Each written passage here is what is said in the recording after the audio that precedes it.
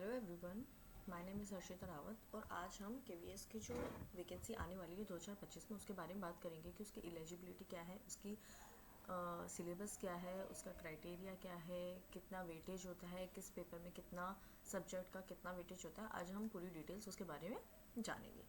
ठीक है, तो वैकेंसी आने को है कभी भी, मतलब लगभग आप फेब्रुअरी तक ये मान सकते हैं कि इसका नोटिफिकेशन आ सकता है। और आपको पता है केवीएस के नोटिफिकेशन आते ही ये 1 मंथ के बाद एग्ज़ाम करवा लेता है। ओके, सो हम नेक्स्ट बात करेंगे मोड ऑफ सिलेक्शन। सबसे पहले हम बात करेंगे मोड ऑफ सिलेक्शन। दो टाइप का होता है। पहला होगा रिटन एग्ज़ाम जिसका वेटेज होता है 70% एंड सेकेंड इंटरव्यू होता है और क्लास डेमो होता है। पहले ओनली इंटरव्यू होता था, पर अब क्लास डेमो भी ऐड कर दिया है कि आपको एक वीडियो लेक्चर दिखाना पड़ेगा। तो इसका 15%, इसका 15% कितना हो जाएगा, इसका वेटेज हो गया 30% का, जो आपका रिटन एग्ज़ाम के अलावा होगा। ओके, रिटन एग्ज़ाम आपका सीवीटी बेस्ड होता है एंड इनिशियल पोस्टिंग गवर्नमेंट अपने अकॉर्डिंग देती है। ओके, अब इसके लिए एलिजिबिलिटी क्या क्या है।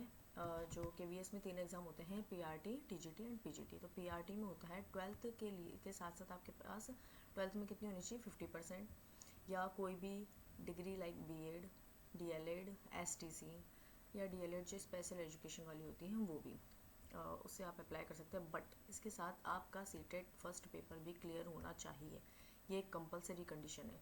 एंड इसमें मैक्सिमम एज आपकी होती है 30। सेकंड आता है अपन टीजीटी एग्ज़ाम पे। TGT exam graduation based exam होता है, तो इसमें आपके ग्रेजुएशन की 50% होनी चाहिए, बीएड डिग्री होनी चाहिए एंड सीटेट पेपर सेकंड आपका क्वालिफाई होना चाहिए। पेपर 2 आपका क्वालिफाई होना चाहिए, तभी आप ये एग्ज़ाम दे सकते हैं टीजीटी का।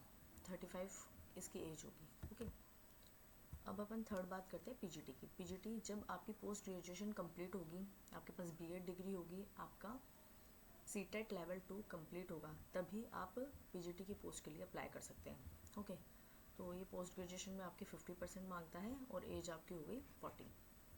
और इसमें एज रिलैक्सेशन भी होता है कुछ में।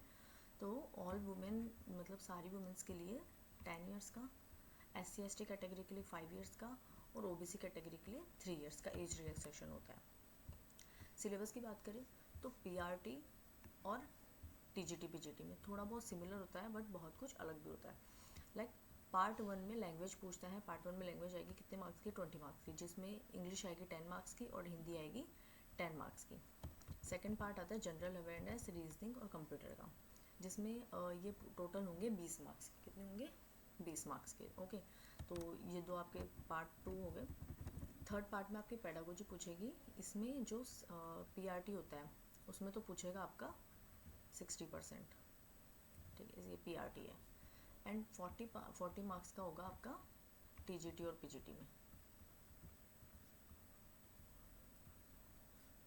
ठीक है, तो अब पार्ट 4 में पीआरटी में 80 मार्क्स का आएगा पार्ट 4 और टीजीटी पीजीटी में 100 मार्क्स का। पीआरटी में 80 मार्क्स से पीआरटी प्राइमरी एजुकेशन के लिए होता है, इसमें उससे सारी सब्जेक्ट आएगी, Hindi, English, EVS, maths. But TGT PGT में आपकी स्पेसिफिक सब्जेक्ट आएगी। पीजीटी में तो जिससे आपने पोस्ट ग्रेजुएशन की हुई है, लाइक केमिस्ट्री, पॉलिटिकल साइंस, जिससे भी आपने की हुई है वो आएगा, और टीजीटी में आपकी साइंस मैथ्स आती है। ओके, सो आप अपनी तैयारी शुरू कर दें क्योंकि जल्दी इसका फरवरी तक नोटिफिकेशन आ सकता है और 1 महीने में एग्ज़ाम करवा लेते हैं सेंट्रल। तो this is it, thank you.